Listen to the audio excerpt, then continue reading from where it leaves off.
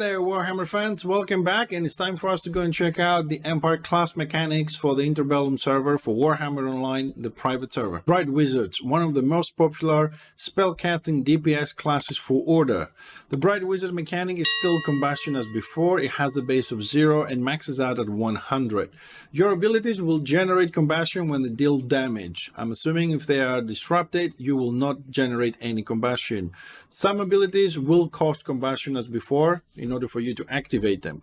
While at 90 plus combustion, you will gain 8% outgoing damage. So there is an actual benefit there to be at 90 plus.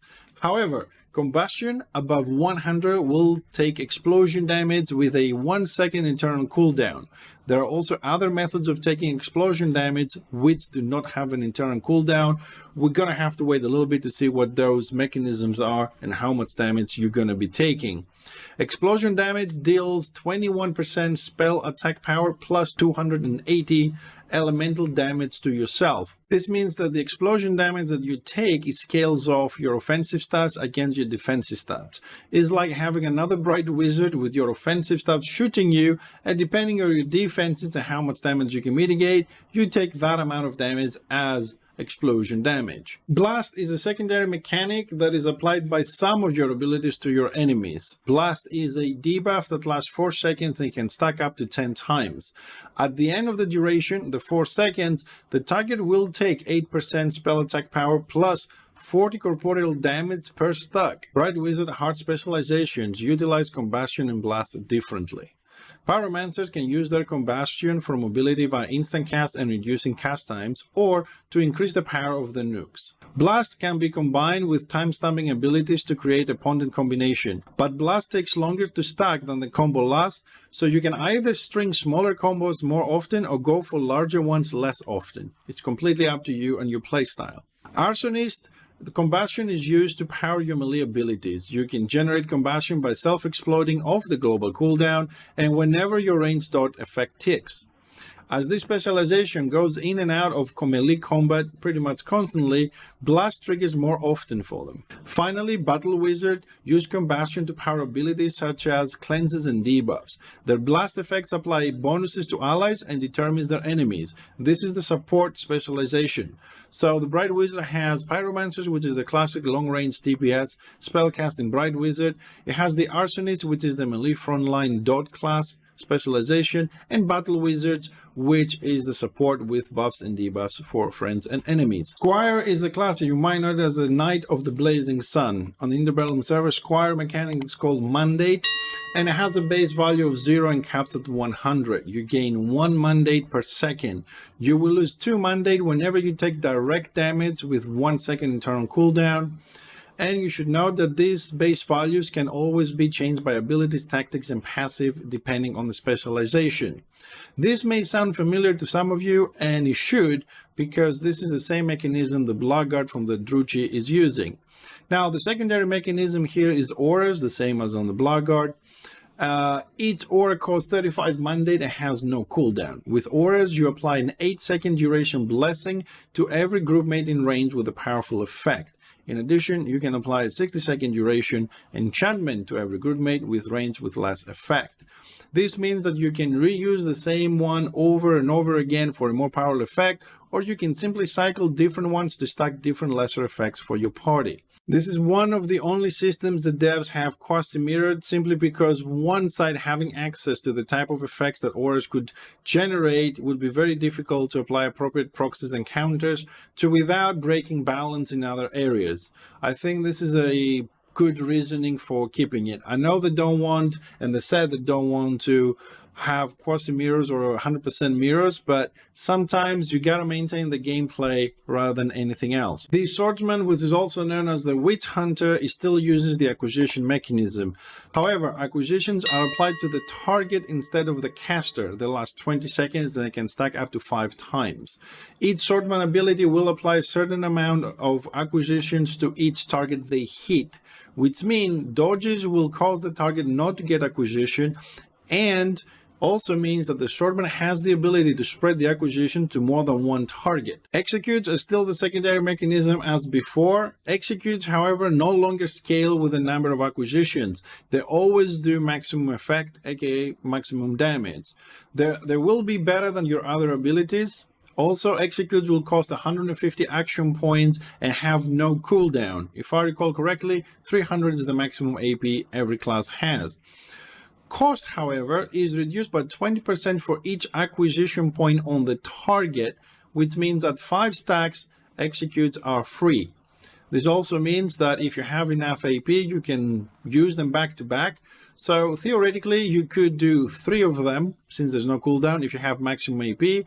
I think most likely you will be able to stack 2 of them together, as you will use some action points for something, and you'll be able to do 1 free and 1 with the 150 action points. Coming back a little bit to the acquisitions again, just to remind you that now that they are applied on a target basis, and you can change executes on different targets because the acquisition different targets.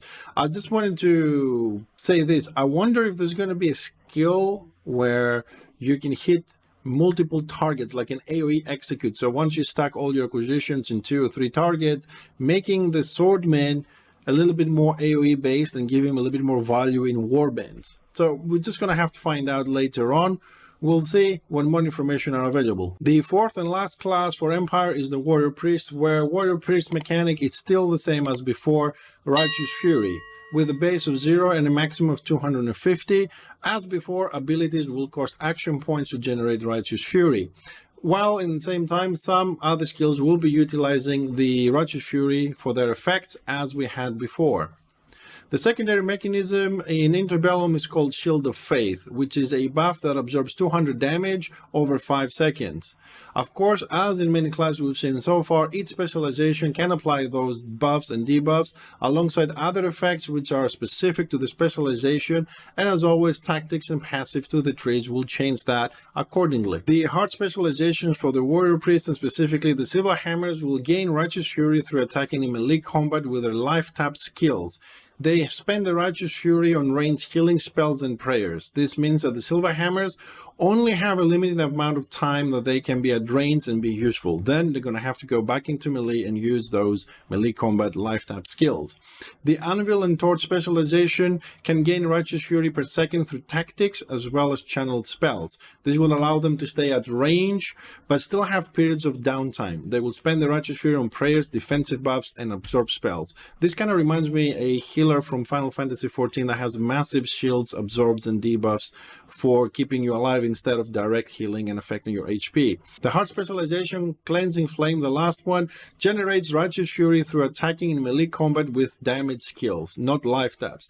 They spend Righteous Fury on offensive prayers and potent damage increasing windows. Overall, this means that every specialization on the Warrior Priest has periods of downtime, and they can have constant heal or constant sustaining damage through their Righteous Fury mechanism. Well, it looks like Empire has some very serious and interesting changes. For the Bright Wizards, we got the typical long-range spellcasting Bright Wizard, the Pyromancers. Then we got the Arsonist, which becomes the dotting class on melee range, and then we also have the Battle Wizards, which is a support class full of buffs, debuffs, cleanses, and so on and so forth. On the Squire, Knight of the Blazing Sun, we don't see big changes, but it's a semi-quasi mirror of the Blackguard. So it's still going to play with the auras, a little bit more free because you can spam some of them, which is a nice feeling, not to be restricted to some sort of 1, 2, 3 mechanism, as we'll see on the elves as well. They're giving more freedom and more versatility to the classes. The Swordsman, the Witch Hunter, also gets free acquisitions at 5 stacks. He can execute multiple targets.